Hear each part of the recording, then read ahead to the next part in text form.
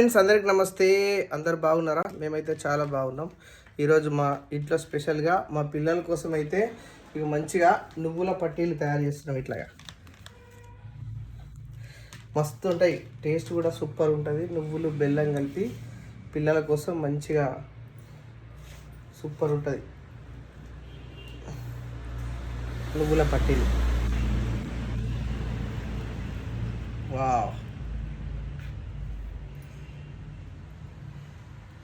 చిన్నప్పుడు అయితే ఫుల్ తినేది నువ్వుల పట్టీలు.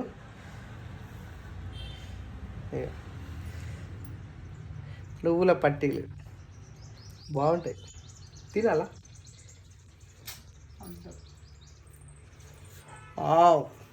Super taste.